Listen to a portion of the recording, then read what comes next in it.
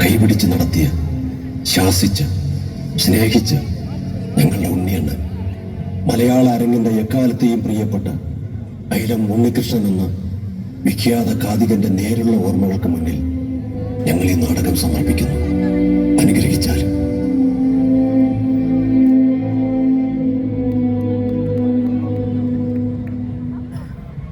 പ്രിയ സദസ്സിന് ആറ്റിങ്ങൽ ശ്രീധന്യയുടെ സ്നേഹസ്വാഗതം.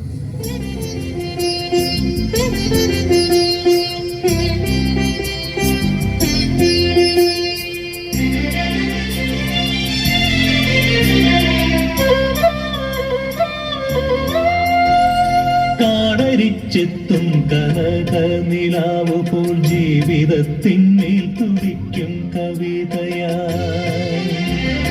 കാടരിച്ചെത്തും കനക നിലാവ് പോൽ ജീവിതത്തിന്മേൽ തുടിക്കും കവിതയാ. ആദിതാളം പുണർനാടുക മധ്യതാനാളങ്ങളെ പ്രകാശത്തിന്റെ മക്കളെ. ആദിതാളം പുണർനാടുക മധ്യതാനാളങ്ങളെ പ്രകാശത്തിന്റെ മക്കളെ. തൊട്ടു വിളിച്ചാലുണരുവാൻ പാകത്തിൽ മക്കൾ മയങ്ങുന്ന കർമ്മകാണ്ഡങ്ങളിൽ.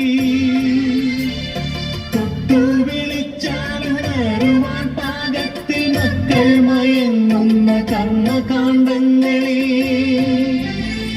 മറ്റുള്ളവരോടിണങ്ങും പ്രതീക്ഷതൻ ശക്തിസ്തവങ്ങളെ നിങ്ങൾക്കു സ്വാഗതം. മറ്റുള്ളവരോടിണങ്ങും പ്രതീക്ഷതൻ ശക്തിസ്തവങ്ങളെ നിങ്ങൾക്കു സ്വാഗതം.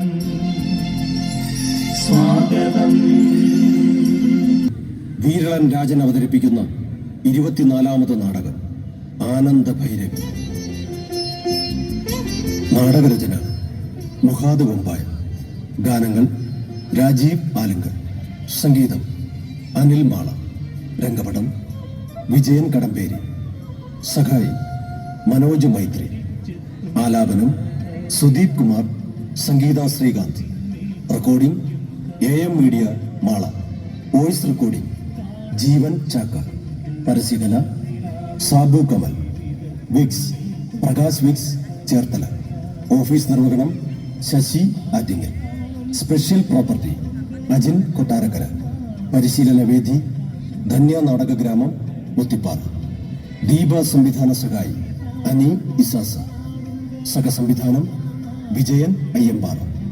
നിർമ്മാണ നിർവഹണം വീരളം രാജൻ. അവതരണം ആറ്റിങ്ങൽ ശ്രീധന്യ. ദീപ സംവിധാനവും നാടക സംവിധാനവും സുരേഷ് ദിവാകരൻ.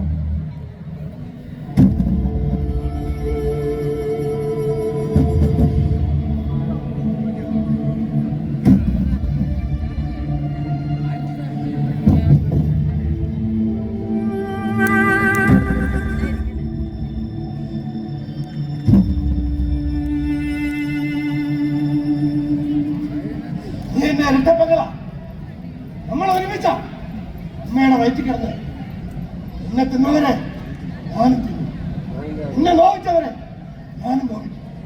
മഞ്ജുവേ, ഏട്ടനുണ്ടടി. ഏട്ടൻ open the door. Yes ma'am.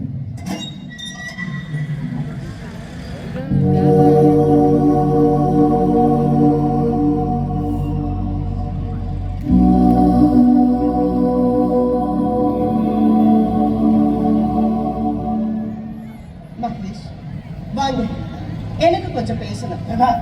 Mahesh, நான் உன்னுடைய அம்மாவே போல நீ எப்பவும் சொல்லலையா? அம்மா தானே கூப்பிடுறதா? வா கிட்ட வாங்கண்ணா.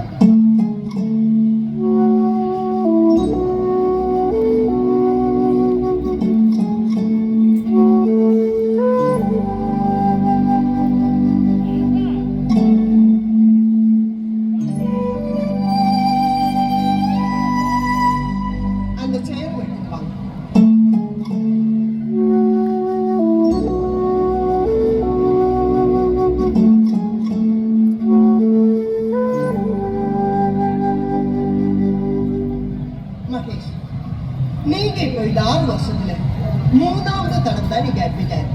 അമേരെ ഇനി ഇங்க ഇന്ന് പോകുമ്പോൾ ക്ലീൻ ആയിട്ട് വേണം പോകാൻ. ഡിസ്ചാർജ് ചെയ്യാമോ? വീട്ടിൽ പോകണം. ഡിസ്ചാർജ് ഒക്കെ பண்ணலாம்.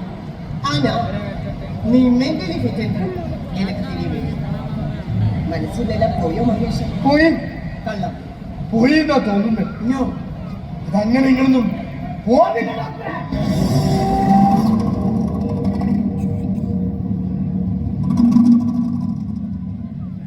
ഒറ്റപ്പഴ അമ്മ പോയി. 4ാം വയസ്സിൽ അച്ഛനും. എനിക്ക് അവളെ ഉണ്ടായിരുന്നുള്ളൂ. അവളെ ചൂരലിലടിച്ച പാറൽ കുളത്തിലെ കോപസാറിനെ 5 വയസ്സുള്ള മോനെ കുളത്തിൽ തള്ളി. അയാൾക്ക് ചത്തില്ല. എന്റെ അനിയത്തിയ അവനും അവളും കാരണം ആത്മഹത്യ ചെയ്ത്. അവരെ ഞാൻ ജീവിക്കാൻ സമ്മതിക്കത്തില്ല. അവരെ ഞാൻ ജീവിക്കാൻ സമ്മതിക്കത്തില്ല.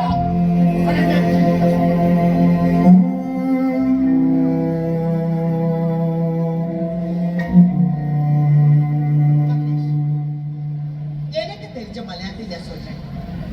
மஞ்சிமா മഹേഷിനോട് ഇരട്ട അനിയത്തെ 10ാം ക്ലാസ്സിൽ പഠിക്കുമ്പോൾ പ്രീ ഡിഗ്രി കഴിഞ്ഞ ഒരു ചേട്ടനുമായി അവൾ കാതല്ല. അവൻ അവളെ കെട്ടിക്കൊള്ളാന്നൊക്കെ പ്രായത്തിന്റെ ഒരു ഇതിൽ അവൻ പറഞ്ഞു. അന്ത പയ്യൻ വീട്ടിലെ എന്തോ പ്രശ്ന കൊണ്ട് നാട് വിട്ട് ബോംബെ പോയി. അവനിതൊക്കെ മറന്ന് 10-20 കൊല്ലം കഴിഞ്ഞ് അവൻ ബോംബെ വെച്ചൊരു മലയാളി പെൺകുട്ടിയെ കെട്ടിയതറിഞ്ഞ് 20 കൊല്ലത്തേക്ക് പുറം ഉന്നോട് തകച്ച് സൂസൈഡ് ചെയ്തു. അതൊക്കെ அந்த പയ്യനും കെട്ടിന് പൊണ്ണും എന്നെ പഠിച്ചു മഹേഷ്. അവരവളെ കെട്ടിട്ടല്ലേ എന്റെ അനിയത്തി മരിച്ചു. സമ്മതിക്കത്തില്ല. 10 കൊല്ലം കാത്തിരുന്നാലും ഞാൻ അവരോട് പ്രതികാരം ചെയ്യും. ജീവിതം തകർക്കും. മഞ്ജുമിക്കില്ലാത്ത ജീവിതം ആ 2 നായ്ക്കൾക്ക് വേണ്ട.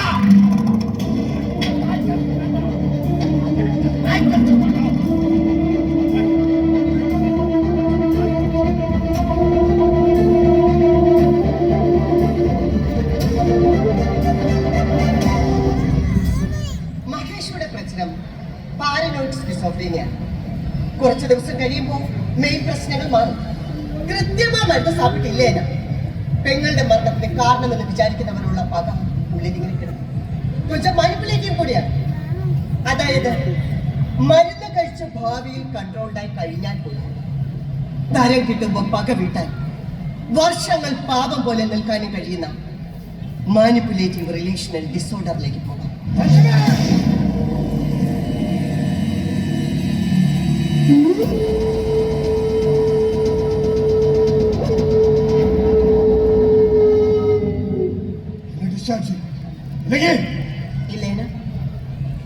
இல்லைனா நீ அம்மாவை அடிப்பாயா? ഞാൻ അമ്മാവെ പോലെ നീ എപ്പോഴും ചൊല്ലില്ല. അമ്മാവെ അടിപ്പായ അടിപ്പായ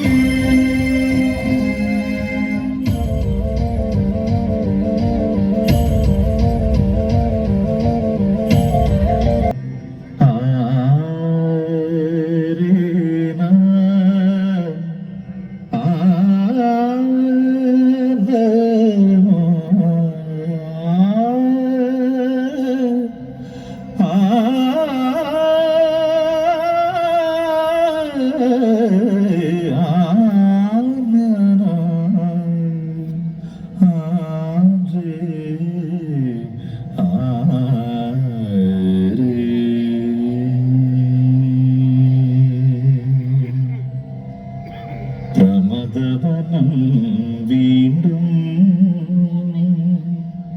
ഋതുരാഗം ചൂടി സായാഹ്നം പോലെ ശുഭസായാഹ്നം പോലെ തെളിദീപം കളിനിഴലിൻ കൈക്കൊമ്പിൽ നിറയുമ്പോൾ എൻ പ്രമദവനം വീണ്ടും ഋതുരാഗം ചൂടി. 2 പാട്ടിന്റെ പല്ലവി അത് മുരളി, മുരളി, ഒരെണ്ണം കൂടി പാടിക്കൊണ്ട മുരളി. കേരളത്തിലെ ഏറ്റവും വലിയ സിനിമാ സംഗീത സംവിധായകൻ DK സാറിന്റെ സ്റ്റുഡിയോയിൽ വോയിസ് സ്റ്റേഷനിൽ വരാൻ പറ്റിയതിന്റെ ഭാഗ്യമാണ്. പുള്ളിയെ ഇംപ്രസ് ചെയ്യിക്കാൻ ഒരെണ്ണം കൂടി. സാർ പോരും. അതിന് വോയിസ് തീർത്തില്ലെങ്കിൽ അങ്ങനെ എന്നെ തീർക്കും. അല്ലെങ്കിൽ നിനക്ക് ചാൻസ് എടുത്തൊന്നിനും എനിക്ക് താല്പര്യം ഉണ്ടാകട്ടെ. എനിക്ക് ഓർമ്മയുണ്ടാ പണ്ട് നീ പാടുന്ന കാലമേളയിൽ ഞാൻ മിക്സർ ഓപ്പറേറ്റ് ചെയ്യാൻ വന്നു. ഒരു ദിവസം ഞാൻ ലേശം വൈദ്യുതി പിച്ചായി വന്നതിന് നീ എന്നെ ഇറക്കി വിട്ടു. നീ ഇറങ്ങുകൊണ്ട് എന്റെ മുന്നിൽ നിൽക്കണ കാണാനുള്ള സുഖം കൊണ്ടാ നീ വോയിസ് സ്റ്റേഷനിലേക്ക് എത്തിയപ്പോ ഞാൻ സംഭവിച്ചത് മനസ്സിൽ വെക്കാനുള്ള മുരളി. മുരളിക്ക് പാമ്പിന്റെ പകയാണെന്നേ മറക്കൂല. ജീവിതം അത്രയും കഷ്ടത്തിലാണ്. കടത്തിന്റെ കടവ്. DK സാറ് പടത്തിലൊരു പാട്ട് തന്ന ലൈഫ് രക്ഷപ്പെട്ടു. ആയിക്കോട്ടെ, ഏത് ട്രാക്കാണ്? ഹരിഹര സാറിന്റെ കേസ്. ഈശ്വര ഗസ്സലാ അവനെ കൊണ്ട് ആവുന്നതാകിയാ പോരാടാ. പ്ലീസ് അതൊന്ന് പാടിക്കും. चाहे वो हो शराब या के खुदा, किसे छोड़ूं किसे मैं अपना,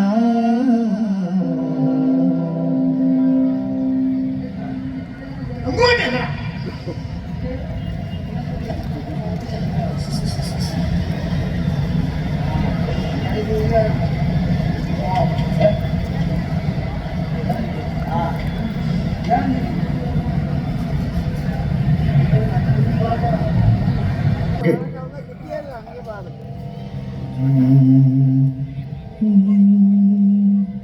चाहे वो हो शराब या के खुदा,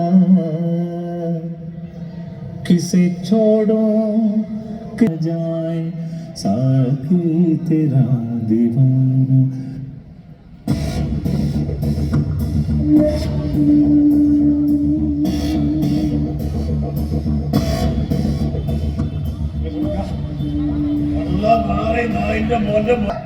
നേരിൽ ഇങ്ങനെ ഒരു ഇൻസിഡന്റ് എന്റെ സ്റ്റുഡിയോയിൽ ഉണ്ടാവരുത്. ഞാൻ 3 പാട്ട് ടെസ്റ്റ് പാടിയിട്ടുണ്ട് സാർ. സാർ ഒരു ചാൻസ് തരില്ല. പുറത്ത് CCTVയും ഒരു ഇന്റർവ്യൂ അല്ലേ നമുക്ക് ആവശ്യമുള്ളത് കേട്ടിട്ടുണ്ടാവും. സാർ സാറിന്റെ സിനിമയിൽ ഒരു ചാൻസ് ഞാൻ പാടിയല്ലോ, ഞാൻ കേട്ടു. നേരിൽ തല്ലാനും തല്ല് കൊള്ളാനും എന്റെ സ്റ്റുഡിയോയിൽ പോരരുത്. ഇത് DK സ്റ്റുഡിയോ. കേടികൾക്കും തല്ലുപിടിക്കാർക്കുള്ള ഗോധയല്ല. മനസ്സിലായോ? ഞാൻ 15 വർഷമായിട്ട് ഗാനമേളകളിൽ സാറിന്റെ ഒരു പാട്ട് സിനിമയെ പാടണമെന്നുള്ളത് എന്റെ ജന്മാഭിലാഷമാണ് സാർ. എനിക്ക് ആവശ്യമുണ്ടെങ്കിൽ തെരുവിലായാലും തേടി വന്ന് പാടും. നിങ്ങൾ എന്റെ പറയുന്ന അറിയുന്ന കാര്യമൊന്നുമില്ല, ഞാൻ മൈൻഡ് ചെയ്തു. നിങ്ങളെ എനിക്ക് ആവശ്യമുണ്ടെങ്കിൽ ഞാൻ നിങ്ങളെ അങ്ങോട്ട് തിരക്കും. അതാ അതാ എന്റെ പള്ളിയെങ്കിലും പാടി കേൾക്കാൻ. മുരളി, എന്റെ രീതികളെ പറ്റി ഇവിടെ വരുന്നതിന് അറിയിക്കാൻ ഏൽപ്പിച്ചിട്ട് പറഞ്ഞതാണ് സാറേ. പക്ഷെ ഇനി ഒരക്ഷരം ഇവൻ എന്നോട് സംസാരിച്ച നിന്റെ ചേട്ടത്തായിരിക്കും എന്റെ പെർക്കഷൻ.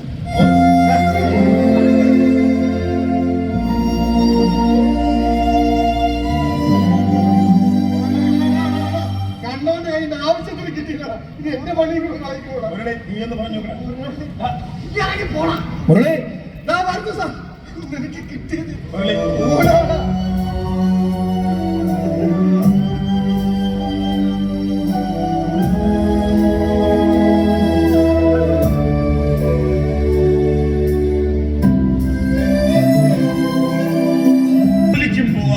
കൊണ്ട് എങ്ങനെ ജീവിതം മുന്നോട്ട് കൊണ്ടുപോകാൻ എല്ലാവർക്കും യേശുദാസും MG അല്ല. പലപ്പോഴും ഗാനങ്ങളെ പാടിട്ട് എന്ത് കിട്ടാതെ സിനിമയെ പാടുമെന്ന് പറഞ്ഞ 6 കൊല്ലം നടത്തിയിട്ട് ആരും കേട്ടിട്ടില്ലാത്ത 2-3 പടത്തിൽ പാടി. ജീവിതം നോക്കാതെ സിനിമാക്കാരുടെ പുറകെ നടന്നവരൊക്കെ വലിച്ചിട്ട് അവനെ തന്നെ മതി എന്ന് പറഞ്ഞ് നീ ഒറ്റക്കാലം നിന്നുകൊണ്ടല്ലേ ഇപ്പൊ ഇങ്ങനെയൊക്കെ സംഭവിച്ചത്. പണ്ട് എന്റെ രീതിയിൽ കെട്ടിക്കൊള്ളാന്ന് വാക്ക് കൊടുത്ത് നാട് വിട്ടുപോയ കക്ഷിയാ. വർഷങ്ങൾക്ക് ശേഷം ബോംബെലാങ്ങിട്ട് വെച്ച് ഭൈരവേടുത്ത് കെട്ടിന്ന് പറഞ്ഞപ്പോഴാ അവള് സൂയിസൈഡ് ചെയ്തത്. മഹേഷേ, നീ അങ്ങനെ പറയല്ലേ. പ്രീഡിഗ്രി തോറ്റെന്ന് പറഞ്ഞ് ആനന്ദേട്ടന്റെ അച്ഛൻ ബെൽറ്റ് കൊണ്ട് അടിച്ച് തല വരെ പൊട്ടിയപ്പോ ആ ദേഷ്യത്തിന് അണ്ടിയിട്ട് നാട് വിട്ടത്. 16 വയസ്സുകാരൻ 14 വയസ്സുകാരി കൊടുത്ത വാക്കും കെട്ടിപ്പിടിച്ച് നിന്റെ പെങ്ങൾ 20 കൊല്ലം ഇരുന്നു പാവ അണ്ടേട്ട് അറിഞ്ഞില്ലല്ലോ. അതിന്റെ പാഭാരവും പാവ അണ്ടേട്ട് ചുമലി വെക്കില്ല നീ. എന്നിട്ടും ആ സങ്കടം ഉള്ളിലുള്ളതുകൊണ്ടാ നീ സഹായിയായി ഒപ്പം കൂടിക്കോട്ടെ ചോദിച്ചപ്പോ ആനന്ദേട്ടൻ ഒരു കൂടപ്പിറപ്പിനെ പോലെ ചേർത്ത് നിർത്തിയത്. ഉണ്ടായത് മുഴുവൻ വിറ്റ് പാപ്പരായിട്ടും ക്യാൻസർ നിന്റെ അമ്മയ്ക്കുണ്ട്. പിന്നീട് പട്ടിണി കിടന്നാണ് ഞാൻ വളർത്തിയത്. ഇടവത്തിലും തുലാത്തിലും ചോരുന്ന വാടക കെട്ടിടത്തിലെ ഉറങ്ങുന്ന നിന്റെ തലക്ക് മീത മഴവെള്ളം വീഴാതിരിക്കാൻ പാത്രങ്ങൾ മാറി മാറി പൊക്കി പിടിച്ച് കൈ കഴച്ച് നേരം ചുമയാണ്. നിനക്കൊരു കുറവ് വരാതിരിക്കാനാ ഗൾഫിൽ പോയത്. അവിടെ ചെന്ന് തറവാട്ട് മഹിമ പോലും നോക്കാതെ എച്ചിലെടുക്കാനും കക്കൂസിനും വരക്കുന്നു.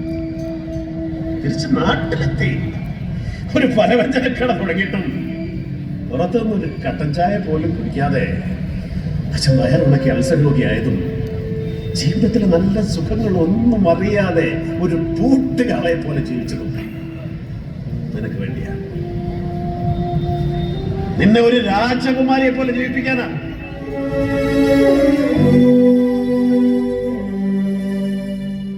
ആദ്യമായിട്ടും ചേച്ചി രാജകുമാരിയെ പോലെ തന്നെയാണ് നോക്കുന്നത്. അതെ അതെ, രാജകുമാരനും രാജകുമാരിക്കും കൂടി ഇപ്പൊ കടവത്രയാണെന്ന് അറിയുമോ? വീട് പണിയുമ്പോ പ്രൈവറ്റ് ബാങ്കിൽ നിന്ന് ലോൺ എടുക്കരുത് ഞാൻ പ്രത്യേകം പറഞ്ഞിരുന്നതാ. ഇപ്പൊ അവരുടെ ഗുണ്ടകൾ അന്വേഷിച്ചെടുക്കുക രാജകുമാരനെ.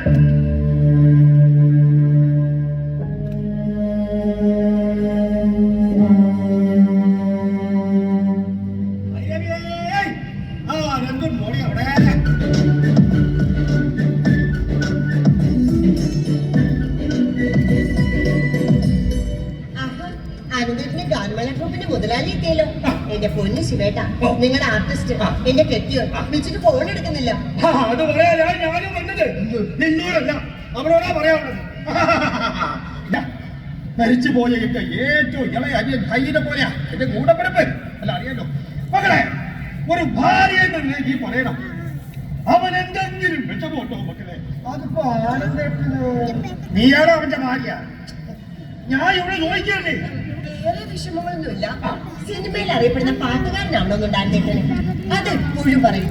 പക്ഷേ ഒന്നും ശരിയാവുന്നില്ല. ചിലപ്പോ സങ്കടപ്പെടും, ചിലപ്പോ ഞാൻ ആശ്വസിപ്പിക്കാൻ, ചിലപ്പോ പറയും എന്നെ ഇന്ന് വെറുതെ വിട്, എനിക്ക് ഒറ്റയ്ക്കിരിക്കണം എന്ന്.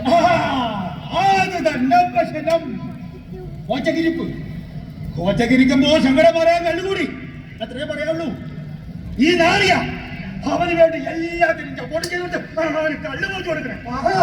പുള്ളി പറയുന്നത് ഞങ്ങൾക്ക് ബാക്കിയോട് സഹായിക്കാറുണ്ട്, അല്ലാതെ അനുസരിപ്പിക്കാൻ അവകാശമുള്ള കാരണമല്ല. ആരും തന്നെ കുടിക്കുന്നുണ്ടെങ്കിൽ അച്ഛനകത്തുണ്ട്. മകളെ, ദൈവം അറിഞ്ഞു കൊടുത്ത തൊണ്ടയാവന്റെ. ഇന്നല്ലെങ്കിൽ നാളെ അവനെ തേടി സിനിമയും അതിനപ്പുറമുള്ള എല്ലാം വരും. പക്ഷേ ആദ്യം വരുമ്പോ ആള് വേണം. പല കലാകാരന്മാരെയും പുറപ്പിച്ചിട്ടുള്ള മദ്യം അവനെ വിടുന്നാൽ നീ സമ്മതിക്കരുത്. ചേച്ചി വിളിക്കാൻ ഈഗോ കൂട്ടി. ഈഗോ വന്നാ അറിയാലോ വാശിക്കാരൻ. അത് ശരിയാ, ഞാൻ വഴക്കുണ്ടാക്കിയ പ്രശ്നം വലുതാക്കേ ഉള്ളൂ. മകളെ, ഈ വഴക്കുണ്ടാക്കണമെന്നല്ല, നിന്റെ ഒരു കണ്ണു വേണം. സ്നേഹത്തിൽ അവനെ നിയന്ത്രിക്കണം. എനിക്കറിയാം അവനിപ്പോ വേറെ ബന്ധുക്കൾ ആരുമില്ല, അവന് നീയേ ഉള്ളൂ.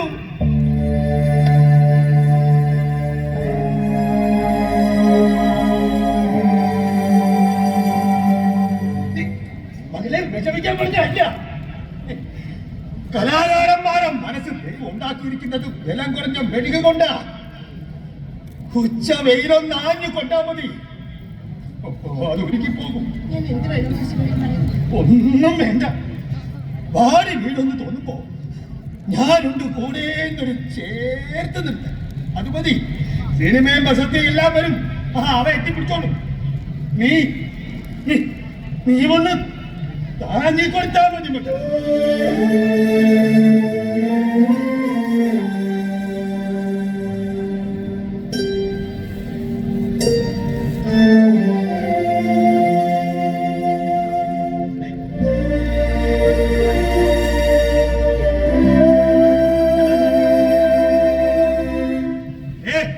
നിന്നോട് പറയാനുള്ളത് അവൾ കേൾക്കാനുള്ളതല്ല. പിന്നെ നീനവിടെ തവലച്ച് ഭൂതന്റെ കൂടെ ഇരുന്ന് വെള്ളമടിച്ച് പിച്ചായത്ത് ഇവിടെ കോടതിയോ കയറിയതാണെന്നും പറഞ്ഞു.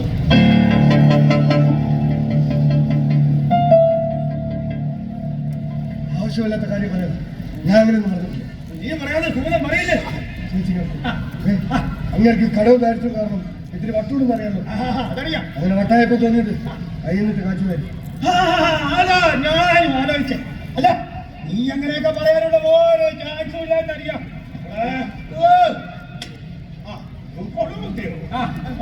അച്ഛൻ ഇറങ്ങാറായോ? വൈകിട്ടേ കടയിൽ കുറച്ച് അച്ഛനുള്ളതാ, പോയിട്ട് വരാം. എന്തായാലും കുറച്ച് ദിവസം ഞാൻ ഇവിടെ തന്നെ കാണും. എന്റെ അവനൊന്ന് നന്നാക്കിയിട്ട് ഇവിടെ പോകുന്നുള്ളൂ. ഈ പാട്ട് എന്നും പറഞ്ഞ് നടന്നാലേ തൊള്ളയിലിട്ട് അന്നം പോയില്ല. സിനിമ പാടെന്നും പറഞ്ഞ ആശ ഉണ്ടാക്കുന്ന ഒരു കാര്യമില്ല. അതിനൊരു കഴിവ് വേണം. ഇന്നല്ലെങ്കിൽ നാളെ അവൻ രക്ഷപ്പെടും. എനിക്കൊരു പ്രതീക്ഷ ഈ സിനിമാ പാട്ടിനോട് എന്തെങ്കിലും പണിക്ക് പോട്ടോ. എനിക്ക് എന്റെ കഥയിൽ വന്നിട്ടെ അവൻ കടയിൽ വന്നിട്ട് എന്തിനാ അരിയും പഞ്ചാരയൊക്കെ പൊതിഞ്ഞു കൊടുക്കാനും വേണമല്ലോ ഒരു കഴിവ്. ഒന്നിനും ഒരു കഴിവുമില്ലാത്ത ഒരിക്കലും രക്ഷപ്പെടാത്ത ഒരു മരക്കഷ്ണമായി പോയില്ലോടി നിന്റെ അമ്മ.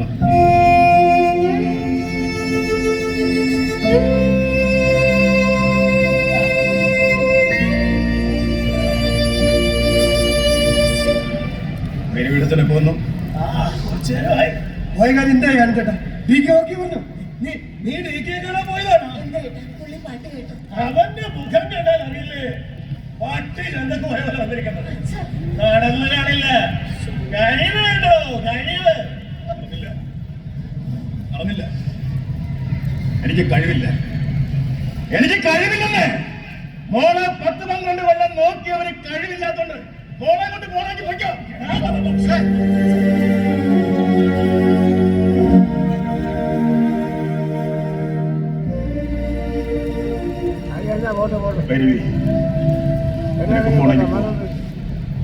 തോറ്റു നിൽക്കുന്ന ഒരുത്തനല്ലേ നിലവിൽ ഉള്ളുപൊള്ളയായ ഒരു ചടഞ്ഞ ഓടിക്കേറ വെട്ടി വീഴ്ത്ത എന്ന് ജയിക്കുമെന്ന് എനിക്കറിയില്ല. പക്ഷെ ഒന്ന് എനിക്കുറപ്പാണ്, ഒരു ദിവസം ഞാൻ ഉദ്ദേശിക്കുന്നിടത്ത് എത്താനുള്ള കാലിബർ എനിക്കുണ്ടെന്ന്. അതിനുള്ള താമസം നിനക്കൊരു ബുദ്ധിമുട്ടായി തോന്നി തുടങ്ങിയിട്ടുണ്ടെങ്കിൽ